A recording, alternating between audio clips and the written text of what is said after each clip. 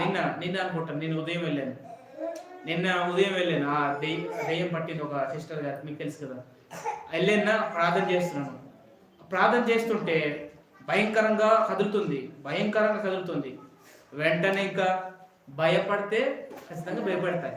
అర్థమవుతుందా? దెయ్యాల దగ్గరికి వెళ్ళినప్పుడు మనం భయపడితే అవి మనల్ని భయపెడతాయి. ఇంకా వెంటనే ఏం చేశానంటే బైబిల్ పట్టుకున్నాను, బ్యాగ్ పక్కన పెట్టాను. ఇక వెంటనే ప్రార్థన చేయడం మొదలుపెట్టేశాను. ప్రార్థన చేయడం మొదలుపెట్టి అప్పటికి ఇంకా ఆ పరిశుద్ధాత్ముడు నాకు ఆ ధైర్యం ఇవ్వలేదు. కానీ ఎప్పుడైతే పరిశుద్ధాత్ముడు నాలోకి వచ్చి నాకు ధైర్యం ఇచ్చాడు, నేనున్నాను, నువ్వు వెళ్ళగొట్టగలవు, నువ్వు ధైర్యంగా నువ్వు ప్రార్థన చేయి అని ఎప్పుడైతే అన్నాడో, ఇంకా బిగ్గరగా ప్రార్థన చేయడం మొదలుపెట్టాను.